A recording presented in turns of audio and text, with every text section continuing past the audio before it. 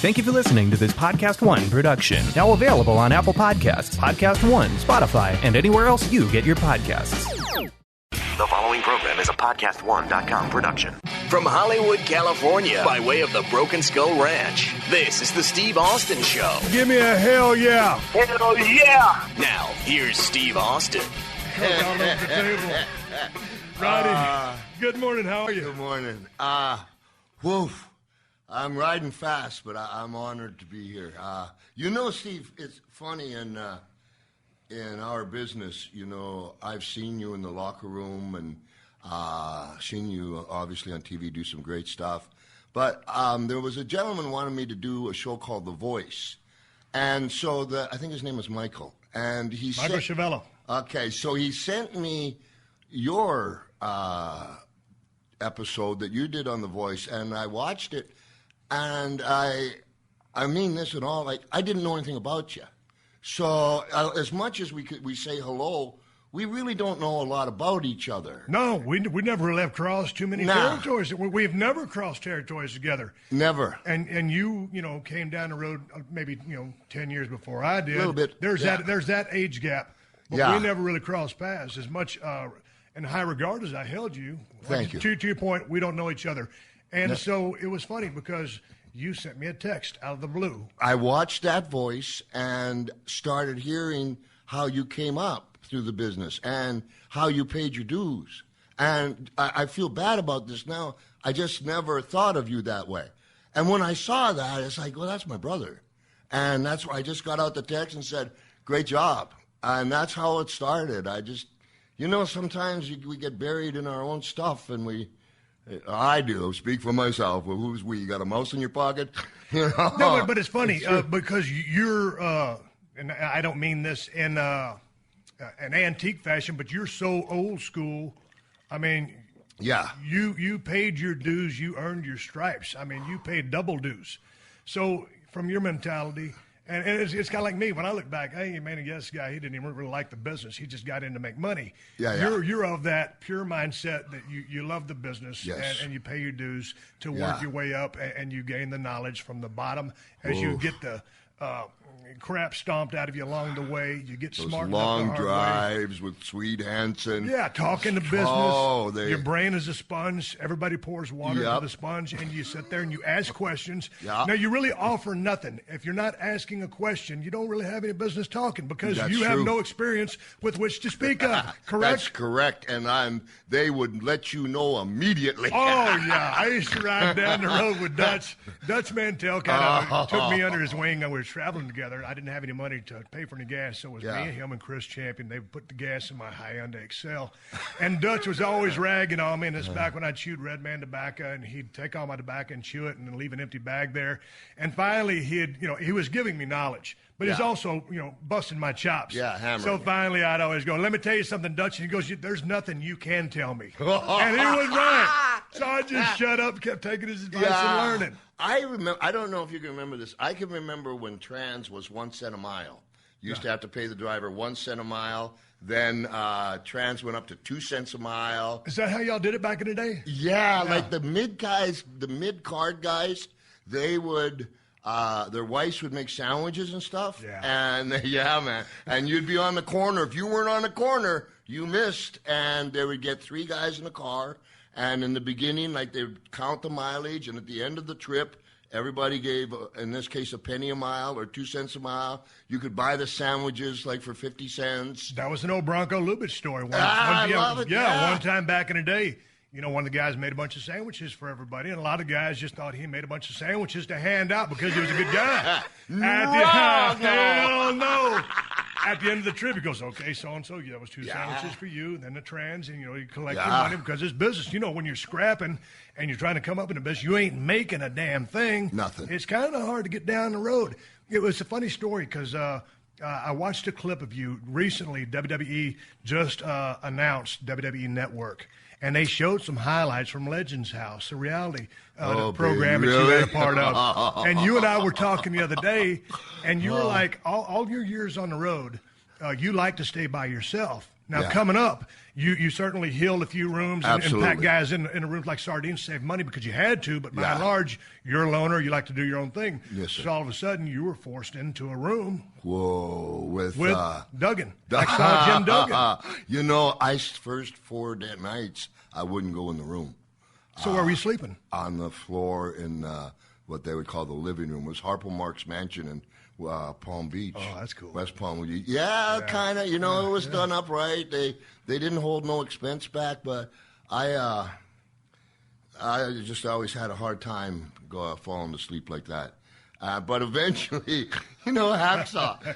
I don't know how much. Like, I didn't know Hacksaw that well at that time either. Yeah, I don't know him at all. I said, okay, so things like this, I go, you're getting up, and I'm trying to take care of my roommate, right? And I says, Hacksaw, did you order your food? He goes, no, I asked it nicely. What does that mean? What does that mean? Somebody's talking about salt in their food and Sodom and Gomorrah, and they turn to a pillar of salt, and Hacksaw looks and goes, salt's bad for you. Non-stop, right? Yeah. He was a wonderful guy. Well, did you guys gel as roommates? I guess we're going to see. Yeah, I guess you want to let the cat out of the bag. No, but I was definitely the dark horse in the whole episodes of it. I have a hard time being harnessed. If I feel like someone's bullying me or harnessing me, I have a hard time. But you sound to me like you just need your space. I mean, I love people. But most of the people that are close to me know that I'm a hermit. When I go to South Texas, it's just me and my wife, or if I'm just down there by myself. I love seeing human beings, but by the same token, if I go down to my place and I don't see one for 1 or 2 months, I'm totally fine with that. Absolutely.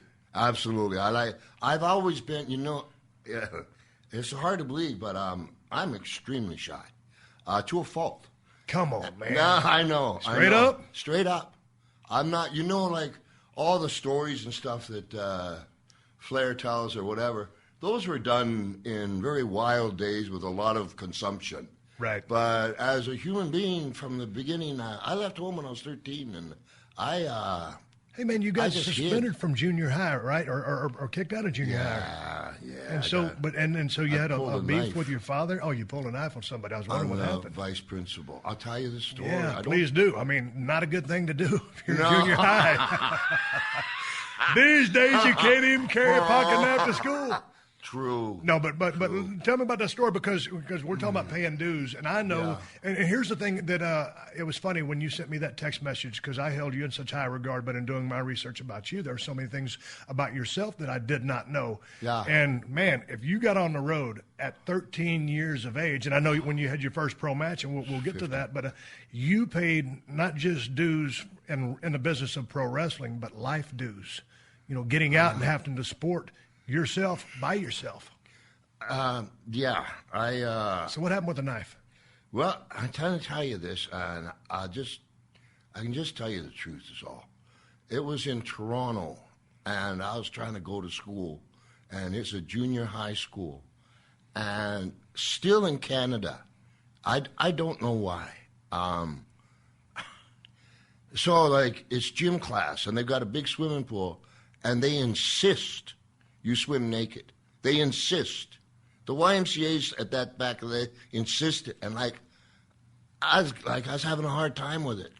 And coach, I had started to amateur wrestle a little bit, whatever. And the coach was really getting on my case, and I said a few words, and all of a sudden the vice principal, and they were cornering me in the locker room. I didn't understand, and I had I had a knife, and I got confused. I just was really scared. Right. And then all of a sudden I had it, and then, things got real ugly then. And I got kicked out of that school there. I wasn't you hear all these. I've never tried to hurt anybody. I really haven't. I get that. I'm a bagpipe player. Well, right, but you got two guys got you in a corner in self-defense. And I didn't understand. What's the point? Right. Why? I get it. And Well, living on the street, just like that's a hard piece of business there. So I didn't do well in school.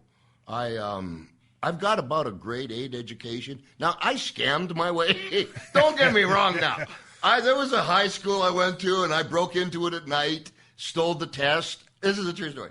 What was the name of it? Windsor Park. And so. I got to pass this thing. So I broke a window at nighttime, and I ran through the school at nighttime, went to where I knew the tests were, grabbed the test, and ran out and hid in a snowbank. And sure as heck, here come the police because there's silent alarms. Right. But I'm in a snowbank, right? I was born in Saskatoon. I'm a snowboy. So I take the test home, and I fill out the test, and I'm so proud of myself. And I come in the next day for the test, and it's all handed out. Everybody's taking it, and I have the test under my shirt and my tummy, And I'm really cocky, but ADD kicks in and boredom, and so I switch them, and I was done first. Unusual. However, I was so proud, and I put the test there and waved goodbye to my fellow students, and I came back the next day, and they handed out the tests, and it says, the teacher said, "Sorry, Rod, wrong test." I stole the wrong test.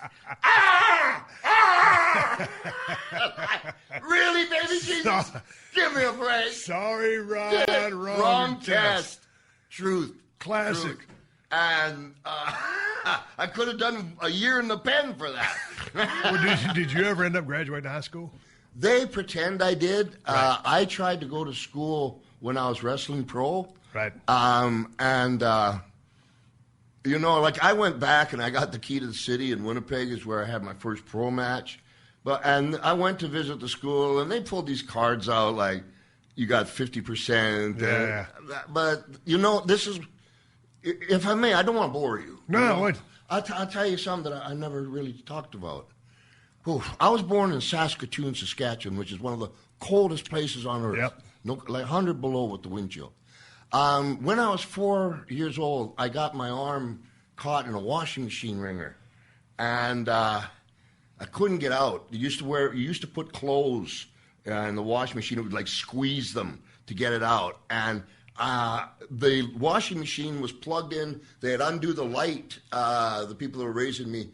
In the ceiling, and the plug was in there. And I guess from flailing, I hit the plug and hit the emergency thing. Yeah, 2 rollers on top of each other. You know what I'm talking about. I know exactly what you're talking about. Okay, so my arm right up to here, and I was born on 1802 Victoria Avenue, and my aunt was 1602 Victoria Avenue. So I ran down the alley, and I rocked a lot as a kid, and I never said anything, and I was just sitting on the chair and. It's Canada. The liquor stores close at a certain time, so Uncle George, I'm busy. Okay. And then blood started to come down, and they put me in the hospital. And when I got out, they took me right away from Saskatoon, and put me on an Indian reservation called the PAW, Thepas. And it's still to this day the toughest Indian reservation in Canada. It's the home of the World's Trappers Festival. They used to do a program, Wide World of Sports, once a year where they're real trappers. They're not, Right. You don't pet the dogs. The dogs Right. are chained down. And they had contests of cutting the logs and who could carry the most pounds of flour, which this local Indian guy carried 500 pounds or something. And, Right. and you just get this, I'm going to tell you. I've always wanted to, and I'm going to tell you now. Hold it, Colin, then I'll quit if you're still talking to me. So I was the only white kid in this Indian reservation. I was so scared. I can't tell you how scared I was. And my first grade, I begged not to go. And to the point where, and I'm not exaggerating anything, I held on to the man's ankle, and the man literally moved his foot like a walking dead all the way and cried. Everybody in the hallway watching me, and the teacher's name was Miss Hill. She says, "I take care of the little boy." And they left me, and she took out, in Canada it was legal, it had a handle and it's triple leather. And, she got me stop crying there. Yeah. Bring, bring. You betcha. Shutting up. And when they taught me, they had a new way of teaching. Do you have a pen? Anything, pencil? Maybe we could get one as I was going along. It's the Steve Austin Show pen for me. I love it. I got a pocket knife. We'll carve it in here. So in my very first year in school, the country decided that they're going to change the way to teach children. So with reading, you see, I've never read a book cover to cover, not even the one I wrote. I've heard you say that in interviews. Straight up shoot, you've never read a book. No, sir. Cover to cover, I can't. A script, I have to have someone read it with me. Right. I don't get it. And here's where it came from was instead of teaching you phonics, they taught memorization. Right. And so... Why would they do that? Because the government thought it was a better way to teach kids and instituted it through the country. Then they had a thing called new math, and I'm writing it down for Steve now, and it's division. We'll put 10 into 1,000. Right. What you did is, you look at the 10, and on the side there's a long line. And you go, I know 10 goes into 1,000 one time. You subtract it, that would leave 990. Well, it'll go in 2 times, that's 20. You subtract it, that's 970. And you kept that up, and then you added these numbers and put it up there. Man, that's some long-ass arithmetic. Holy cow. Now, while I was in this Indian reservation, they hated me. And I wore muckala. Why, just because you're a white kid? Yeah. It wasn't a personality trait. It was just you was the... Yes, sir. I was really scared and, an easy target. And in recess, I was kind of like the foil. But here's what happened. I couldn't go home the way the other kids went. And like in January, February, March, this place is, you can only get around by Caterpillar. I beg you people to look it up. The Paw, Manitoba, THEPS. And I used to have to go by the tree line. And they had these things called timber wolves. And I don't know if you've seen the timber wolf. The big-ass wolf. Oh, baby Jesus. No kidding. Yeah. They are a pack by themselves. And they would snatch a kid like January, February, March, where game was scarce. If they came on a kid, they would snatch the kid. Right. So they taught me I would have to go by like the tree line so I wouldn't get beat up. And I sang a song. I'm embarrassed, man. Okay, hang on. If you're going to tell it, Rod, tell the damn thing. What song were you singing? John Jacob Jingleheimer Schmidt. John Jacob Jingleheimer Schmidt. The reason I sang it was if you accidentally came in contact with one of these wolves, they'd turn on you. If one of these wolves heard a human voice, more than likely they get away from it because they get shot or whatever. Right. But if you were quiet and they turned and they saw a little piece of game there, boom, they got you. Jump your ass. So I'm going to tell you this now. Holy cow. Oh, so the highway was right. We had a little red shack. Okay, we had a little red shack, literally, by the railway tracks. And it was a company shack. And it had a kitchen, 2 bedrooms, a lot of rats down in it. And it was right next to the railway tracks. And across the street was the only person who would speak to me. Her name was Arlene Philly. And her dad owned the general store. I'm across the street, and one of my sisters goes to go to school, and I ran across to hug her, and I got hit by a truck. Maybe going, I don't know, 25, 30 miles an hour. I can remember when it hit me, I went up and I landed on the pavement, but the force had me rolling to the ditch. But I can remember my eyes backwards and seeing the tire. And the guy in the truck was an Indian gentleman, been drinking. But back in those days, like, no, he's getting up. Yeah, okay, goodbye. Right. And they never took me to the hospital. So any damage? Don't know. Yeah. So then, during the winter, and I'll get out of this in a second, but you need to know. During the wintertime, I have really bad tummy problems. And the only way you can get to the hospital, is a Catholic hospital, is by Caterpillar, thank you, sir. And to get the caterpillar and bring a kid in, all right. So they get me in, and I got appendicitis. They take out my appendix. Nothing's wrong with them. I had tonsillitis, so they took out the tonsils. And then they give me a shot when I cried. I was by myself there. And so, okay, move on. And in the springtime, there's so much snow, and it's a logging industry. There's logs in big puddles of snow. And for some reason, Rod liked to roll on the logs, right. And boom, in the water, Rod would go. And I got scared to go home because I wasn't supposed to do that. And so I'm with my friend, and her and I rolling on the logs, and we both went down. Okay.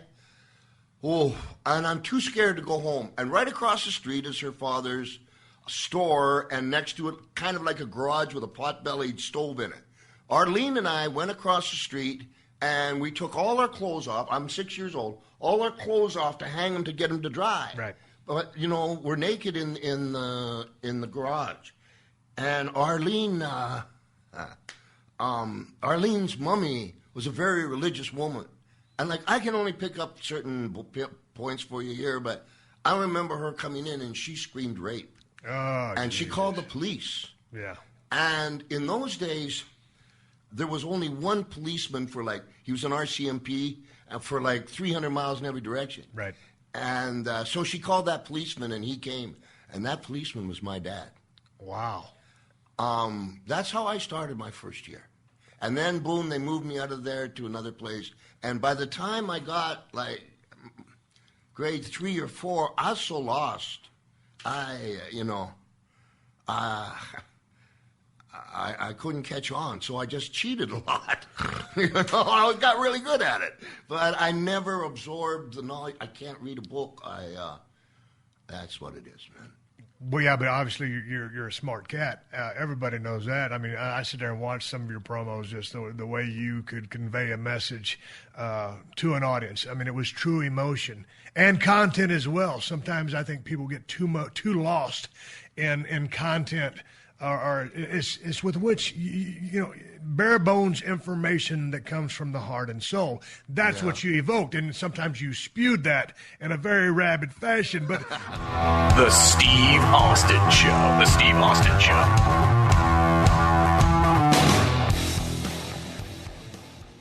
hey man, do you own or rent your home? Sure you do, and I bet it can be hard work. You know what's easy? Bundling policies with Geico. Geico makes it easy to bundle your homeowners or renters insurance along with your auto policy. It's a good thing, too, because you already have so much to do around your home. Go to geico.com, get a quote, and see how much you could save. It's Geico easy. Visit geico.com today. That's geico.com.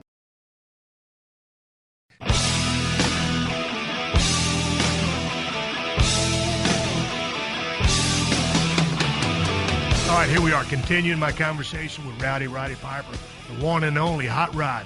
Roddy, when did you become interested in the game of professional wrestling? Were you watching it on TV? Did y'all have a TV? No, sir. So how did you discover it? I came fifth in the world playing the bagpipes when I was 14 years old, and which was a really bad experience in my life. And I got picked out of 200 pipers in the world to do the Rose Bowl parade. I don't know, I was 10, 11.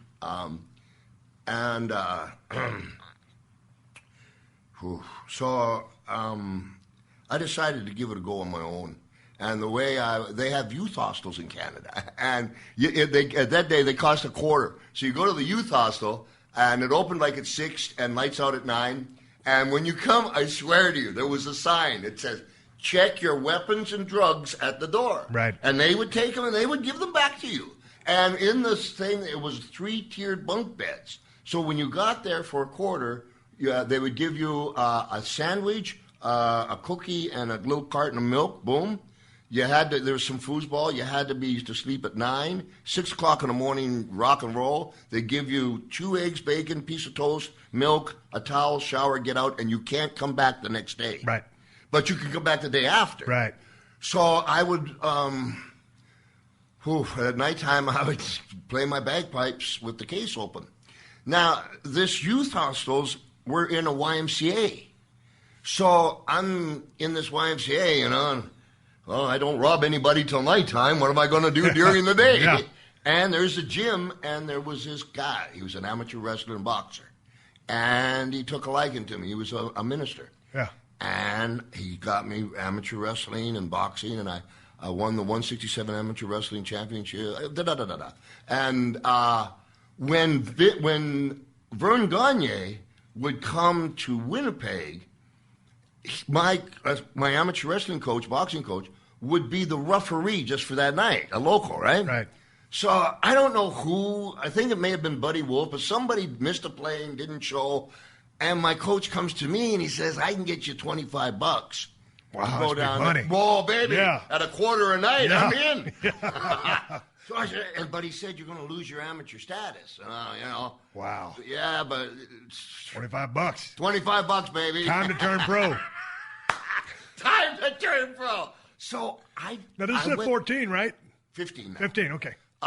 So I've never seen a pro match. And Jesus Christ. I went to my pipe band and said, they said, all enthusiastic, we'll play in.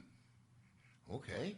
So I got to the Winnipeg Arena, and my opponent was Mr. Perfect's dad, Larry the Axe Hennig. I heard this. Now, stop. Okay. Larry the Axe Hennig, to anybody that listens to the show, has never heard of Larry the Axe Hennig. This was a big, burly, 300-pound crowbar of a man. Whoa. I'm just tough. Hold me there, and let me tell you a Hennig story quick. You know that eye poke that I've done so long? I was going to bring that up. You got the greatest double eye poker. I mean, if Three Stooges maybe, but you're the best ever. I love you. This is where I got that from. There was a guy, two of the boys. One's name was Horst Hoffman, and the other guy's name was Billy Robinson.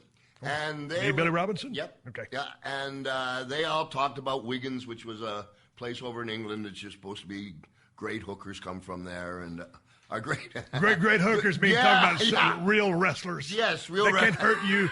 Not hookers that you pay money to for services rendered. No, that came much later. Yeah. And I didn't charge much either. Yeah, we're at the first set of hookers. So Larry Hennig's a family man. And Horst Hoffman and Billy Robinson and Jeff Ports, they're talking about some girls they had the night before that were very, very underage, very inappropriate. And they're these big shooters. And Larry Hennig says, you can stop that kind of talk now in the dressing room. I have a family. And, these guys are tough guys. And Horst Hoffman comes up to Larry Hennig, and Larry Hennig stands up like he's going to do something. Like Horst's going to do something. I swear to you. Larry Hennig took his two fingers, went pow in his eyes. End of the day. Are you kidding me? No, sir. A double eye poke shoot? Pop! Right, and that horse... What horse do? Nothing. His eyes were so close. This is Larry Hennig. Right, I driving him in.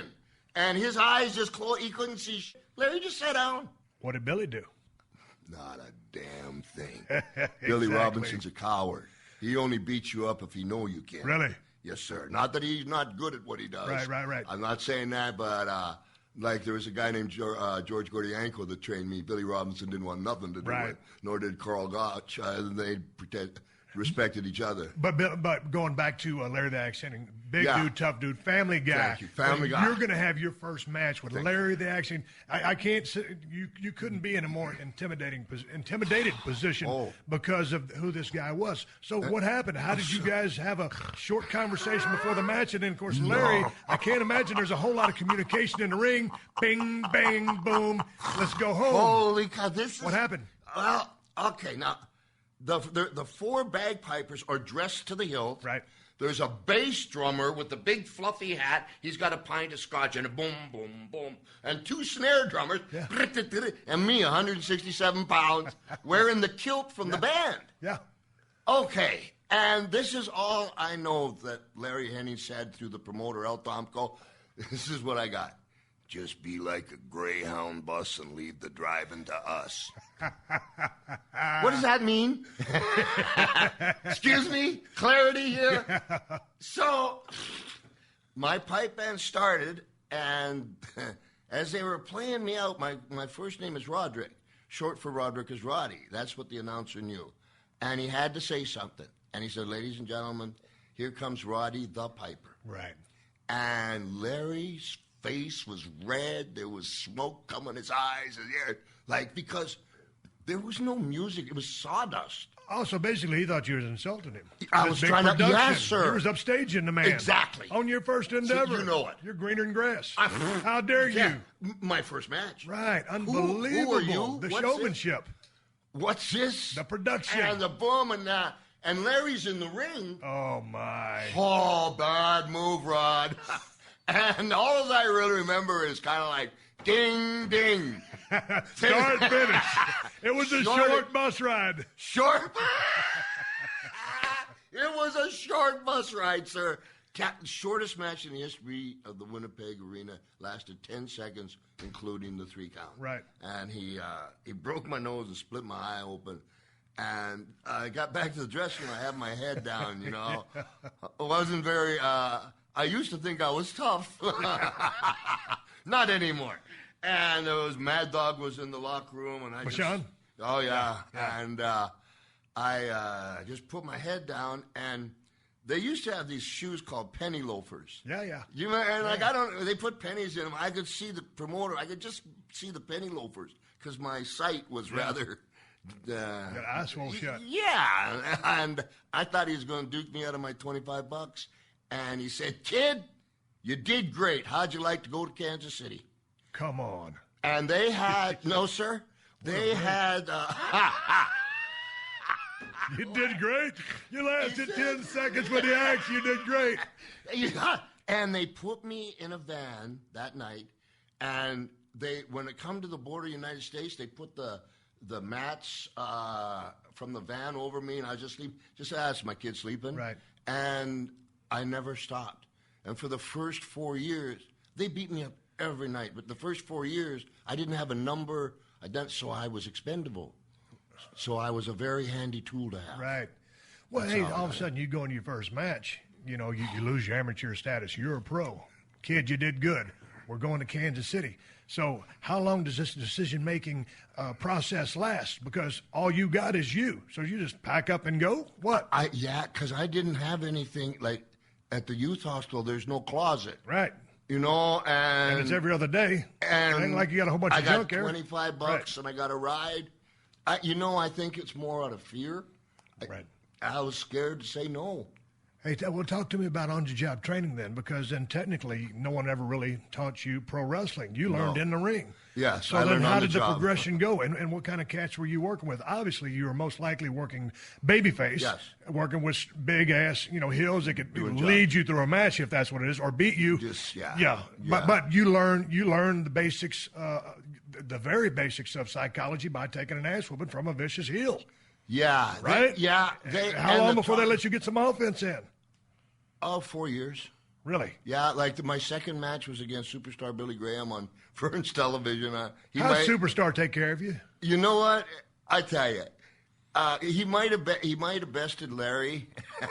He might have got it done in 9 seconds. But when I came down, it was you went down on these steps in this kind of grimy little place, and Superstar was coming from behind me, and he looks at me and he goes, we were a little short on time, or I would have given you more. I looked at him like BS, and he cracked up laughing. Right. And he loved me from there. Really? Yeah. Really. So, you'd been around by then. Who was the first guy to really kind of take you under his wing and shine you up and make you look like somebody? I'll tell you what, seriously, for 4 years, every day at 8 o'clock in the night, they took pleasure in stretching me. Well, yeah. For like 4 years. But again, you and me are from a generation removed from each other, but that's just the way I hear it was. You're here to say that's the way it was. Yes, sir. We'll get into how I got a genius as a mentor, but just before that, they would do things like this. We were driving from Winnipeg. We had to drive all night to do Minneapolis TV. Yeah. The guy's name was Dave Muir, and Bobby Jones were the old-timers. I was in the back seat.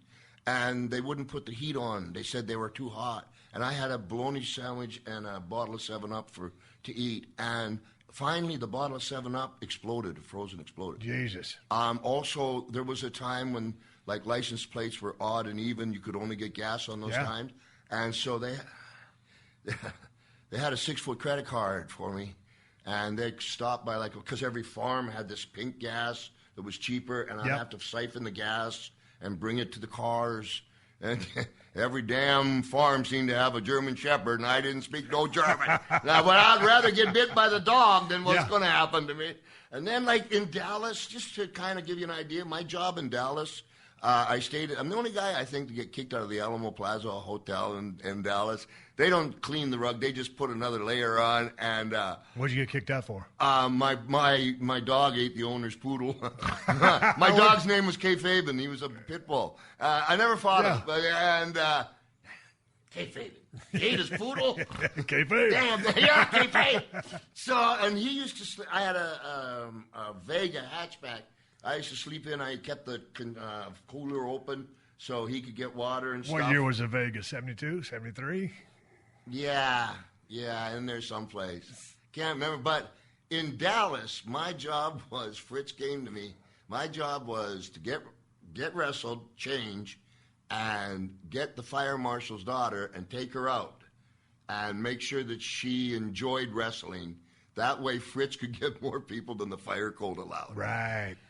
Those kind of jobs never ended. Right. So without getting into that and kind of moving on, so I maybe worked 12 territories, and I got sent to L.A.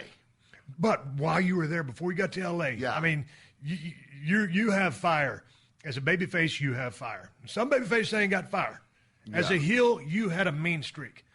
I mean, and I believe you have to have two key things that I think a person needs to succeed in the business of pro wrestling is fire as a babyface, mean streak as a heel. You just got to. Yeah. You had to have fought for some of the stuff you were getting there to start that fire. I mean, you're a fiery individual anyway. You have seemingly a chip on the shoulder, always trying to kick and scratch your way for everything because nothing was handed to you. But you were having to fight for what you were getting in that ring because I know you had to shine some.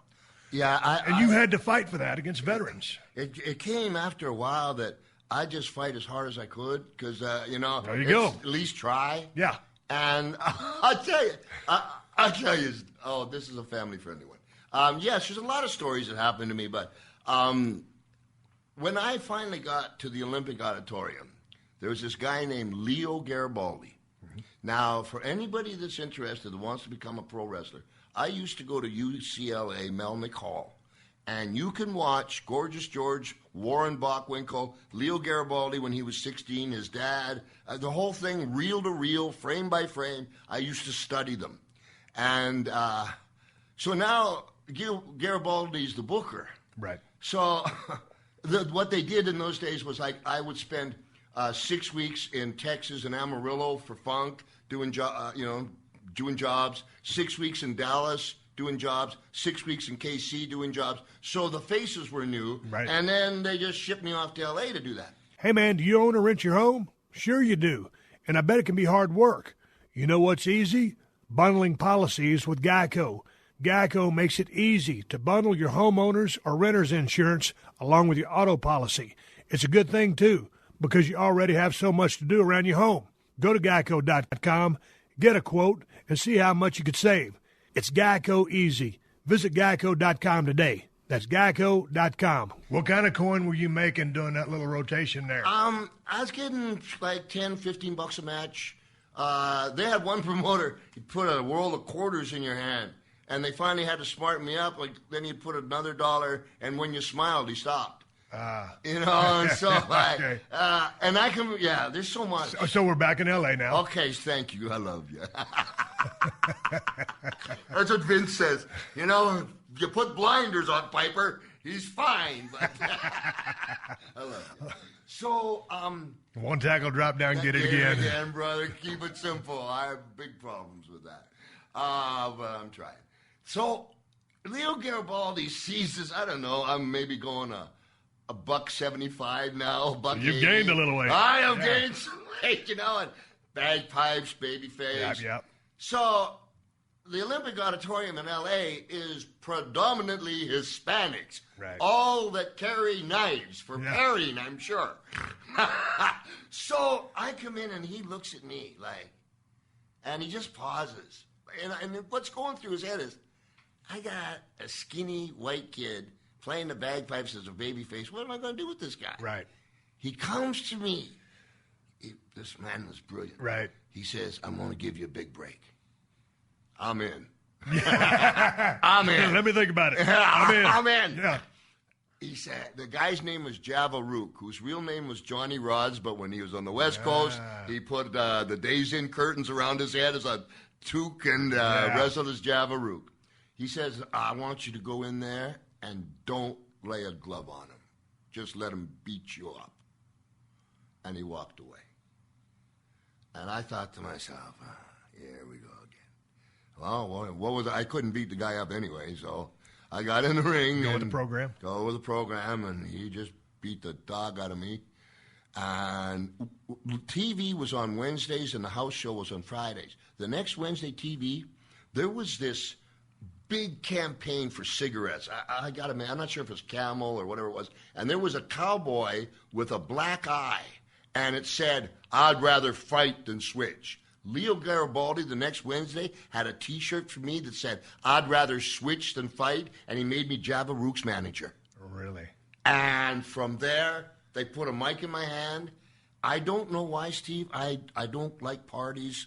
I'm sure we've gone through that. I just don't have a problem with the camera. I don't know why. Right. I never wanted to be one. Some things I don't know. But I saw an opening. Then a guy named Judo Gene LaBelle. I know Gene. I'd be maybe 17, 18-ish now. And he saw how bad I was getting beat up, and he said, come here. And he took me under his wing for a long. If any of you people don't know who Gene LaBelle is, I mean, he's one of the most celebrated stunt guy, tough guy, judo guys, baddest, sweetest guy in the world. Beautiful guy. God, he's such a sweetheart. I met him at the Honda dealership. Well, I saw him in Cauliflower Island. I met him at the Honda dealership buying a little scooter. He's just the greatest. So he says, kid, we got to toughen you up a little bit. Absolutely. So what did he do? He took me. So Friday nights before the matches, all the guys that thought they were tough and wanted to try to be a wrestler, they came early. Well, he put me in the ring with them and just instructional as we went along. This guy's beating the trash out of me, and it's kind of like Gene's going, you might want to block, and I started, and then he started taking me down to the dojo, and like he trained Bruce Lee, Chuck Norris, and she's only given away like 21 black belts. He's 80 years old still. I love him. I wrote prefaces for his book. But he showed me how to take care of myself. And at that same time, I was doing things like playing the cucaracha on the bagpipes, right. Da-da-da-da-da. And that was how I got my first break. And before, I know you're going to get another question, but with Leo Garibaldi, I want to show you what a genius he was. So we're driving to Bakersfield. Just Leo and myself. And, again, like you explained, I would listen to these guys for hours till I was going to puke. Right. Throw up. And I just but the thing was, I wasn't getting it. Right. Right? You're going to tell me that story again? And yes, and I'm going to keep telling it till I see a bell ringing. And we're going to Bakersfield, and there was a tag team called Gordman and Goliath. And they hated Chavo Guerrero, who was the top baby face at the time. There's a big jealousy thing. So on the way there, I said to Leo, I says, so what's going to happen tonight and all this kind of stuff? And he says, I'm going to have Chavo beat Gorman. One of the things. Yeah, whatever. Yeah, and he keeps talking wrestling and stuff. And so we get to Bakersfield, and I'm sitting there, and it's a little round building. And Leo Garibaldi lays out the biggest bunch of baloney, nothing that he told me, that I've ever heard. It was so bad, everything so bad, that all of a sudden, Gorman and Goliath, they're getting hot. And they're half Hispanic and half English, talking back and forth. And now they hate Leo. This is stupid, this is And all of a sudden, Gorman goes, I'm going to put Chavo over just to show you. That's genius. Right. That is genius. And he started teaching me the psychology. Yeah. And then he said, the moves are just a translation for the psychology. Right. As words are for changing thoughts. Right.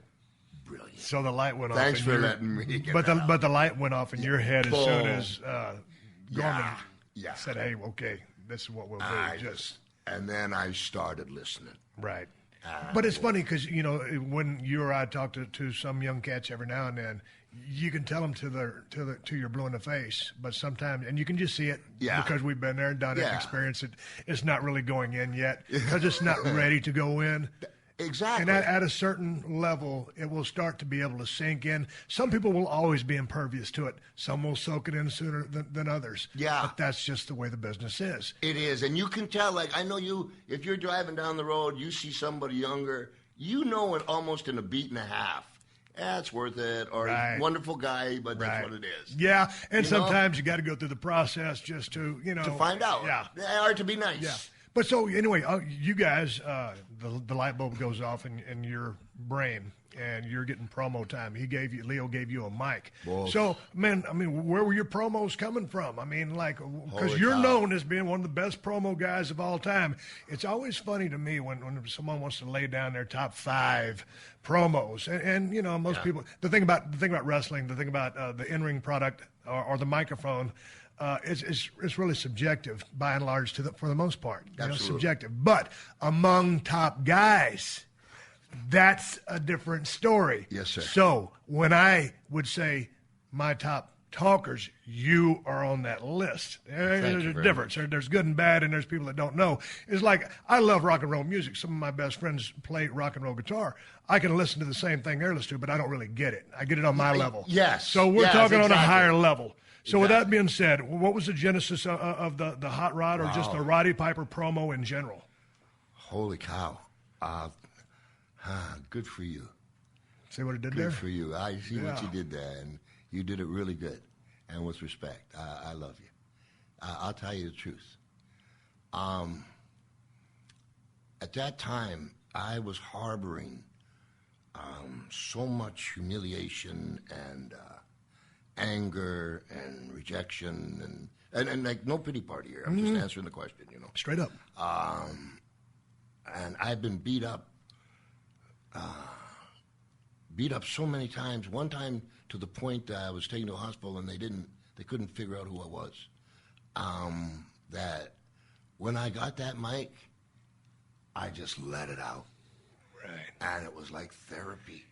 Yeah. And I had so much in it. Yeah. I mean, I was, you know, everything's my fault, but I remember when I was 13, it's kind of silly, but I sat on a curb in a town, and I started crying. And about 2 or 3 hours later, I figured out no one's going to come. Right. Well, okay, guess you better get up. Mom's not going to make you the sandwich. Right. And other things that had happened, and so I can say anything, you got it. Right. And then the more, as I went along, I started to change the structure of interviews because, like, the Crusher or Billy Graham, all great, Dusty Rhodes, they're all great, but they go like, oh, I'm going to rip your rib cage out, tear your eye out. But that never happened. Right. So I started a system where if I said it, I had to try to do it. Otherwise, you lose all your credibility. Right. You're building credibility. I get you. Yeah. And, you know, like and when one works for you, you get a tremendous amount of confidence. Right. So the one that really worked for me was I was sitting on a donkey painted as a zebra. Like I got the idea in Tijuana, and I had a T-shirt that said Conquistadors of the Guerreros. Are you still in L.A. at this time? I'm in L.A., okay, yeah. And I got the mic, and I'm like rolling. And I got a sombrero on, and I got a piece of tree branch with a string and a carrot. Oh, Jesus all right? Christ. And I'm rolling. Okay. Look, here we go. Now, that TV went all over the world in Spanish. I still remember the number, RI 95171. I think it was channel 54-ish, 32, 54. Still going. Yeah. The president of the channel got so hot, went to and we're going to take them off TV. Really? A lot of heat. And I'm going, no, and you apologize? I'll apologize. So, like, it took about 2 weeks of TVs, and I said, the gaita is the word in Spanish for bagpipes. I said, listen, I'm so sincere. I'm so sorry. And, all right, I'm trying to learn the it's hard because it's a Scottish instrument. Okay, all of a sudden I say, I got it. When you come on Friday nights, I'm playing it. Okay. So, baby Jesus, man. I got up in that ring, and the announcer's name was Jimmy Lennon, who saved my life. Wow. Great man. Yeah. He saved my life from a guy shooting me. Another story. So, I got in the ring, and I said to Jimmy Lennon, please tell them to be quiet and stand for the Mexican national anthem. I smell a rat. Brother, they stood up, babies in their arms, total commitment, hand over the heart. Of course. Could have heard a pin drop. At that moment, I went to myself, I wonder, and before I knew it, and I played knee, and there on, da da da da da da da da da da da da. Holy cow! The chairs were bolted. The chairs came up. The first successful stabbing. The match never got started. But wow. Shooting heat. What a roll. Straight up heat. Yeah, too much to the white. Right. Red's good, but I was getting Right. to the white, and it made the AP in our business, and it gave me a confidence boost. Right. So now I got Gene, and I'm starting to form my own formula, and then just like an incredible bunch of talented guys that were teaching me, incredible, man. But you love being a heel. I'm a born heel. You're a born heel. I hate being a baby. I wanted to be a heel because that's what shy kid, same, little different background, but shy kid. Yeah. And for me, just being a heel, having that freedom, and you can't fail. I mean, you can be not a good heel. Yeah, but I mean, you can't fail from the performance standpoint. It's execution, and it was real. I made my biggest mark as a babyface, or maybe a gray area babyface. But you love being a heel. I still would be one. This is the Steve Austin Show.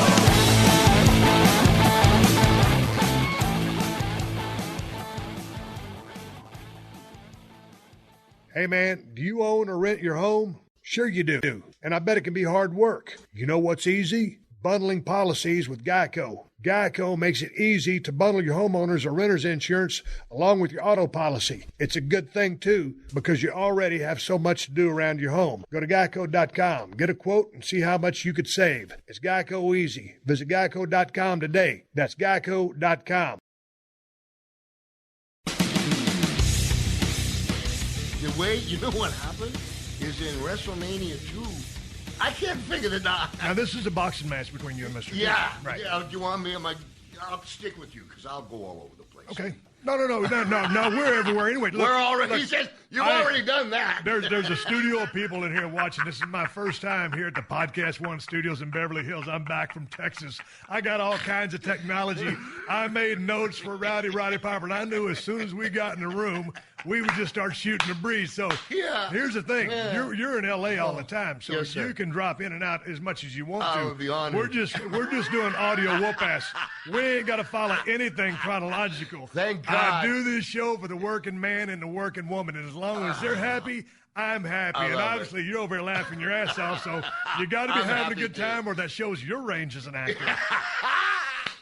I know. It's really cool. This is very cool. So I send you in.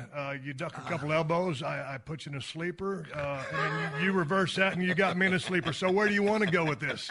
Do you want to stay in L.A., or you want to talk about Piper's Pits, or you want to talk about NWA? What about the dog collar match with Valentine? I mean, we're all over the place. Yeah. Where do you want to go? Well, because, I know you love being a heel. That's where, But you're scrappy, and you had to work for every single thing. Because, man, just I always try to want the younger generation to learn something out of the shows when I talk to people like you. Obviously, I don't talk to too many people that are in your ballpark, but you know what I'm saying. So this is a guy who was a heel because he a lot of things that happen in your life, but from the performance part of wrestling, you wanted to be hated. Yes, Same here. I loved it. And when you reverse it, because I always thought this about you, Roddy. I always thought that as a heel, you can make every single person hate you. They weren't divided. No. I mean, there was a small smidgen, but those, that's just because. And when you were a babyface, you made people love you. There wasn't, it was almost all or nothing with you. And that's as about as good a compliment as you can give a guy who's trying to be a heel or trying to be a babyface. Very kind. The thing was, when you worked the territories, what I learned was you had to come in as a heel and then turn babyface because you got a double run. Right. And what guys don't understand, and then you were finished that territory for L.A., for instance. You go to Portland, nobody knows who the hell you are. Right. Okay, quick Don Owen story. Let's do it. Don Owen, Portland Wrestling. All right, so I'm scared to leave L.A. because I'm on top, and and things are good. Things are good, and Rod, why? Yeah, because if you really want to do this, one thing that I watched all the time was my progression and my age. I was ready to take a left-hand turn if things weren't going good. And you were still very, very young. Yeah. In the wrestling business. Little geez. too young. Yeah. Little too young. Geez, what was I going to tell you? No, you were going to Portland Wrestling. It's a Don Owen story. Yeah. Okay, so anyway, finally I get the guts to go. And it's live TV with Don Owens. Now, Don Owens, if you don't know him, he was a wonderful man. And Thanksgiving, he would bring turkeys for the boys, and one year they had the midgets, so he bought them Cornish hens. That's great. Yeah, he's that kind of ranch, and he's a good old guy. So it's my first day in the territory, and he's heard whatever. So all right, he's announcing, and I'm in the ring, and I tell him shut up for the Scottish national anthem, whatever. Boom, blow up the bagpipes. And I used to play them like Jack Benny. Just total, actual torture to boo me. They start booing. Thank you, baby. All of a sudden, Don Owen, stop. He stops me. He looks at the crowd. Stop. He says, now, I can't play the bagpipes, and neither can you. Let's give him another chance. Never mind. Just take the bagpipes, and I'll move on. Yeah. And now, so, I always ran into. I just was a story. And then so in Portland, what I had learned from L.A., I started to be able to apply with no restrictions, and here nobody knew what I was doing. That was really important to keep that to yourself. In the code, what you're doing, you keep to yourself. You never open up. And so what I learned from L.A., I used in Portland. What I learned from L.A. and Portland, the next shot was Charlotte. Right. And we get to Charlotte and NWA, Croc, wall. Out of control by this time, too. The business had been swelling. Okay, out of control. Yeah. Talking about on the party end, or you talking about? I'm talking about, or you just couldn't even call it partying. It was a lifestyle. Lifestyle. Caught up in the highs of being in the business and successful, the confidence. Yeah. You guys are flying. You could do anything you wanted to do. It was bulletproof. Right. Fastest gun, slamming cars, and just bad and wild. Bad, but had a blast. But I mean, dare I say, acceptable back then. These were, yes. This is what that era was. One of the ways, because we didn't have the media, that we would get attention. Right. For instance, Jay York we'd come out of a small town, and Jay York with a 12-foot bullwhip around him and a buck knife, 6'5", 300 pounds, go to a restaurant and say, "Give me a dozen eggs and a pound of bacon." And then Gorgeous George would be down in the beauty parlor with the window getting his hair done. And so that's the way. And then Piper just got arrested. Right. All right, good. We got a card. Yeah. And that's the way it was. Right. But we started losing people. Right. We're losing them fast for all kinds of different reasons. And so I come to the dog collar match. We just and trying to get there. No, but in listening and reading about you, you spoke to, there was a period and you went to a real black hole. I guess maybe it might have been one of your really low points. And the business had been losing a lot of guys. Yeah. What was that the wake up call for you to peel back a little bit in moderation, or you just hit a bad spot and you stayed there for a while? I'll tell you. I'm being honest. I'll tell you what happened to me, where I got kicked into. I don't care whether I live or die. Right. So I'll take us back to L.A. for a second. Vince McMahon Sr. and Mike LaBelle, the promoter here in L.A., all promoters, every Monday they would talk, and I had this house, and who did you have on top, etc. And so Mike LaBelle's bragging about me, and he has Vince Sr. rather come bring me in. And I don't know, maybe I was 19, 20, whatever that is. Holy cow. So I come into Madison Square Garden. I come in a car, and they pick me up. And there's some just kind of new young wrestlers like Andre the Giant, Tony Atlas, Bobby Backlund, Bruno Sammartino. And just a couple of Hall of Famers. Yeah. Future Hall of Famers. Yeah, little guys. And I'm probably, again, about $1.80. And the bagpipes is a woodwind instrument. You have to play it a little bit before you go out. When I first came into the garden, Captain Lou Albano come to me, and he squeezed my chin, Paisan, and he gives me a hug. It's wrestler. We don't want you here. We've been watching you on that Spanish TV. Right. Get out of here. You didn't know that was a shoot at the time. I thought it was Wrestler Love. Right. And Freddie Blassie, classy Freddie Blassie, had a cane and come over and slam me in my shins. I know not to react by now. Yeah. Hey, you kid, pencil neck geek, da-da-da-da, we don't want you.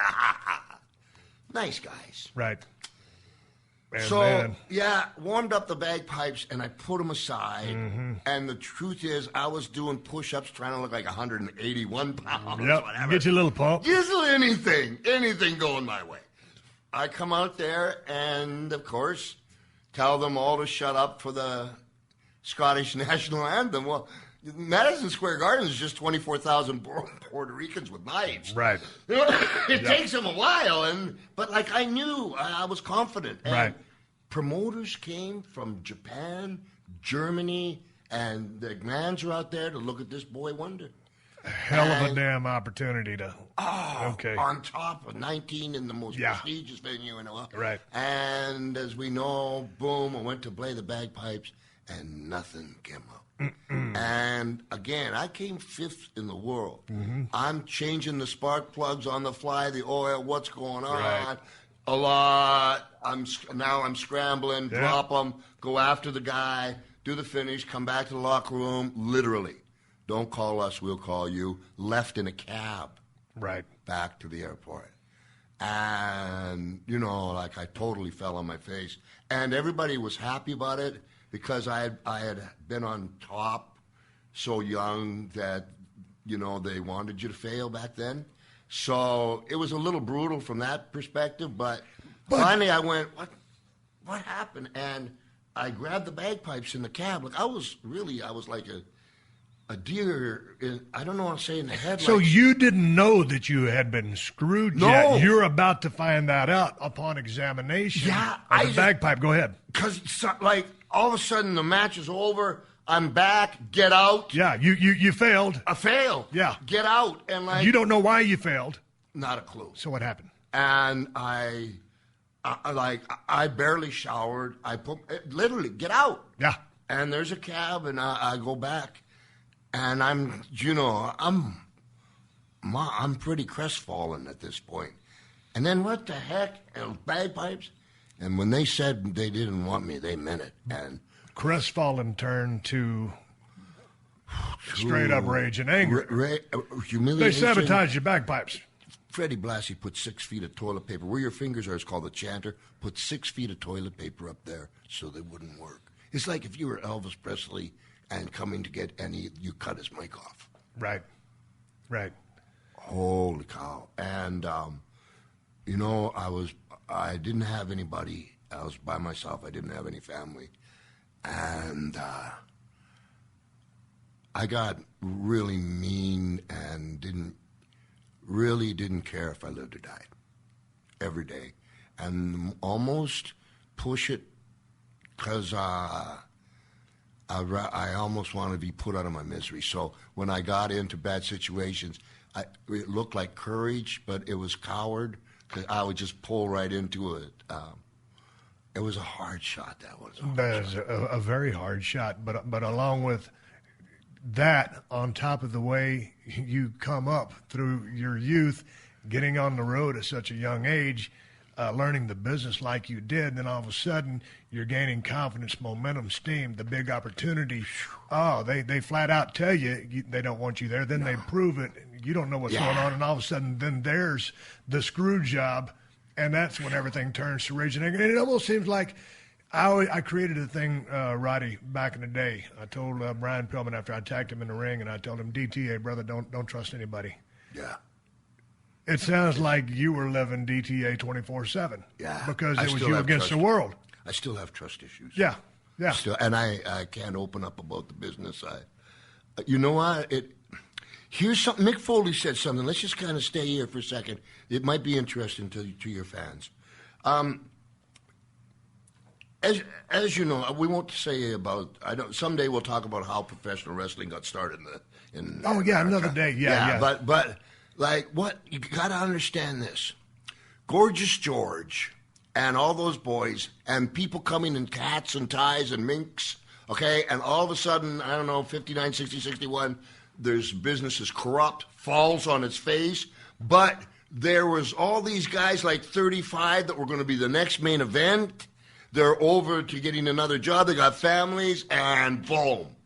And so they all formed territories, and now I come. Are you kidding me? You know, this kid, that was their attitude. They didn't want it. And they were very happy I failed.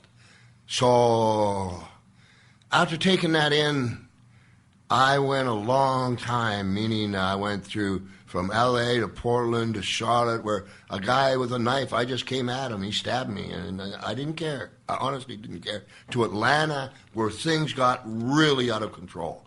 And you know who first wanted to take over the world? Was Jim Barnett.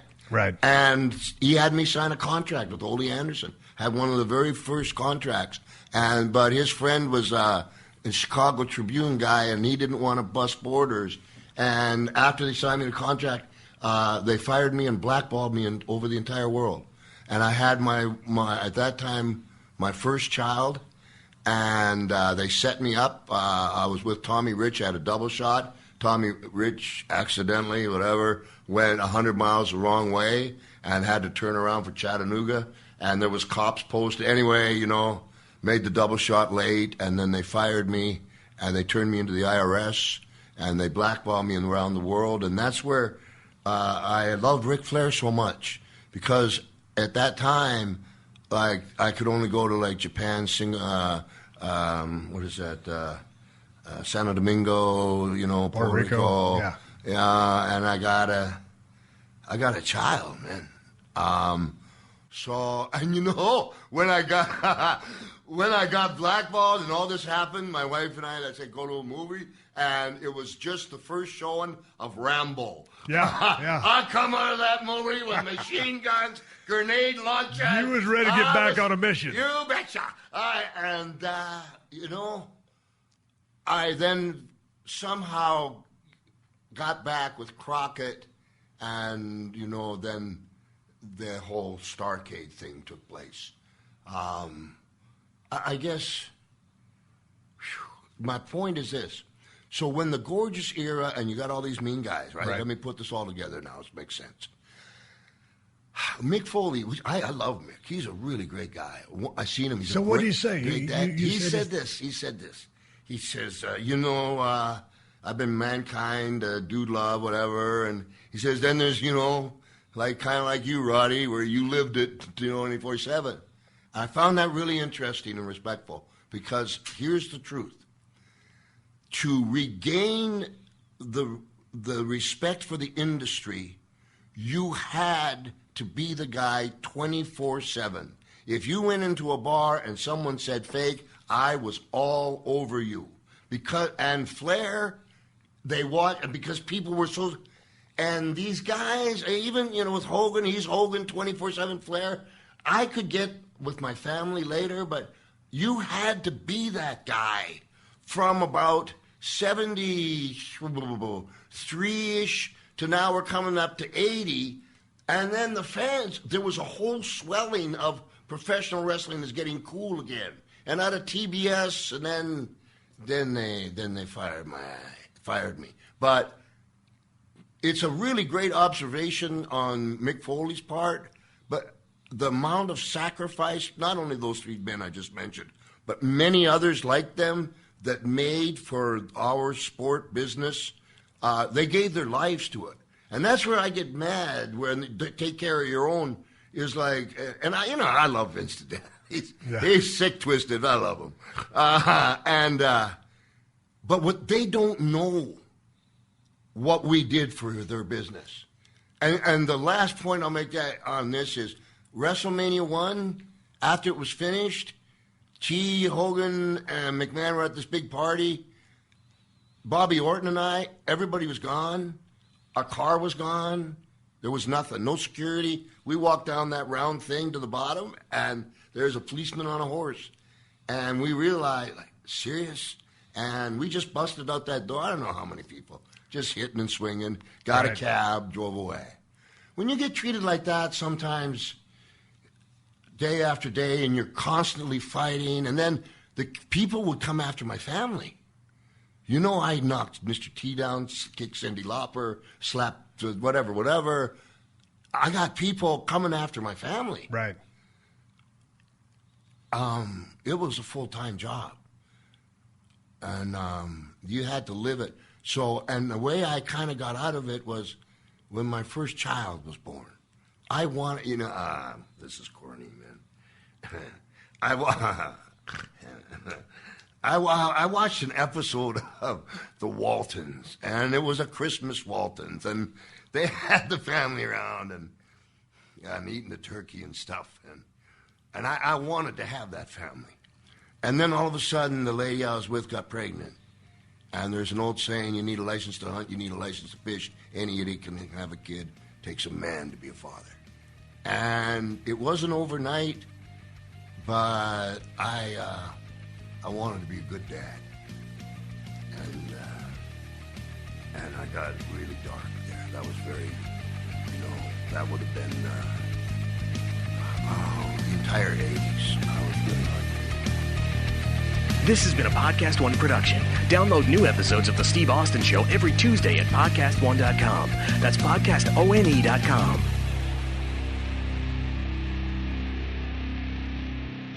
Support for this podcast comes from Pluto TV. Need an escape? Drop into Pluto TV for a world of free TV. Stream hundreds of channels and thousands of movies and shows all for free. Yeah, free.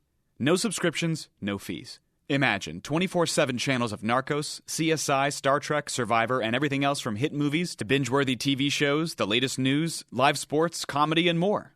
What are you waiting for? Download the free Pluto TV app for Android, iPhone, Roku, and Fire TV and start streaming now. Pluto TV. Drop in, watch free. 7 years ago, college wrestler Damian Hurd disappeared from a party in Gunnison, Colorado. Everyone had been drinking or whatever, the usual party scene. When, how, and why he left are questions I need your help to understand. Nobody's heard from him. No, it's just like he disappeared. From Cold Case Productions and Podcast One, Final Days on Earth, The Life and Death of Damian Hurd. I'm your host, Claire Sandomal. Join me April 20th for the season premiere. Yo, what's good? It's your boy, Big Brother Jake, a.k.a. Jake Warner, my government name. Check it out. I host a show called the Big Brother Jake Podcast, and I've taken my talents to the biggest and baddest platform on the planet. That's right, baby. Podcast One. My show is unique as I talk about everything. Life, sports, entertainment, being a single dad juggling several jobs. I'm a hot mess, but it's damn entertaining. Subscribe and review now on Apple Podcasts and listen on Podcast One or wherever you get your podcasts.